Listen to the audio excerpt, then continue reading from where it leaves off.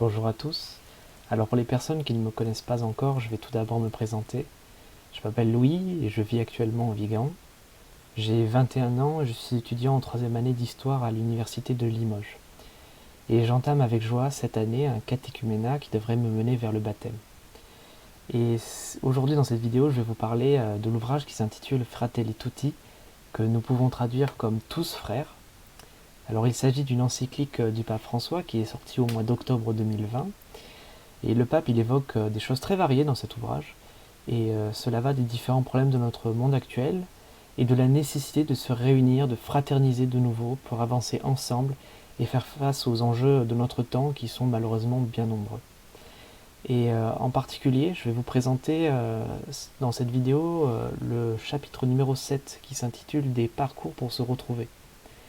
Alors le pape ici, il évoque les souffrances que les guerres actuelles font peser sur les peuples. Alors notre monde y connaît certains progrès, mais il y a toujours aux quatre coins de notre monde des guerres et des exactions qui nourrissent les souffrances et la colère des hommes. Et le pape y rappelle que la guerre est toujours le fruit de la rupture du dialogue entre les hommes. Et c'est en général l'échec de la diplomatie. Pour en finir avec les conflits actuels, il appelle à mettre en œuvre ce qu'il nomme un artisanat de la paix. C'est un nécessaire processus de paix qui fait écho à de nombreuses valeurs chrétiennes qui sont tirées des enseignements du Christ. Alors dans un premier temps, la paix ne peut se faire sans une forte volonté de se réconcilier. Et cette réconciliation ne dépend que du pardon.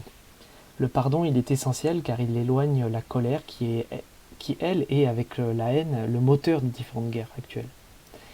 Il rappelle que le pardon ne signifie pas pour autant l'oubli des actes inhumains commis par certaines personnes et par certains groupes armés, et il n'empêche pas non plus de tenter de faire cesser les massacres et les crimes de guerre, bien au contraire. Néanmoins, le pardon, il permet d'inclure celui qui s'est égaré sur son chemin, et afin de le remettre dans cette quête de la paix. C'est ce que j'ai beaucoup apprécié, et notamment c'est lorsque le pape nous explique que l'investissement de chacun dans ce processus de paix est fondamental. Et la paix, c'est le fruit de l'effort de tous et il ne peut pas en être autrement. Il insiste et a raison sur le fait que la guerre, peu importe la forme qu'elle prend, est toujours une négation de notre humanité, tout comme la pratique de la peine de mort, qui nie également notre humanité, mais aussi cette nécessité du pardon, qui permet à celui qui est condamné par ses fautes, quelles qu'elles soient, d'être guéri et par la suite d'être réinséré dans notre société. Et combattre la pratique de la peine de mort, ce qui reste très répandu sur tous les continents encore aujourd'hui, c'est une manière d'être juste et en accord avec nos valeurs, mais aussi la reconnaissance de la dignité de l'autre, ce qui est plus qu'important.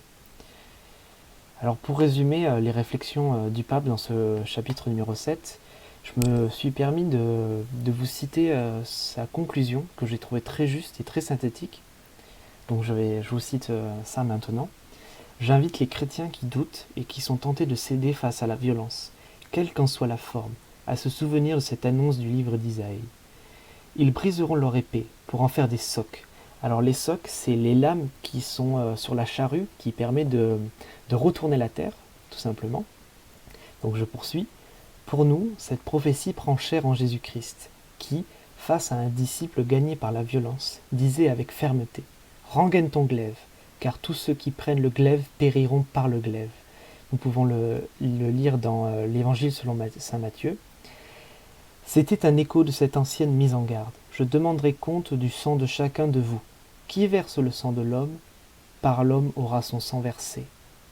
Cette réaction de Jésus, jaillissant de son cœur, traverse les siècles et parvient jusqu'aux temps actuels comme un avertissement permanent.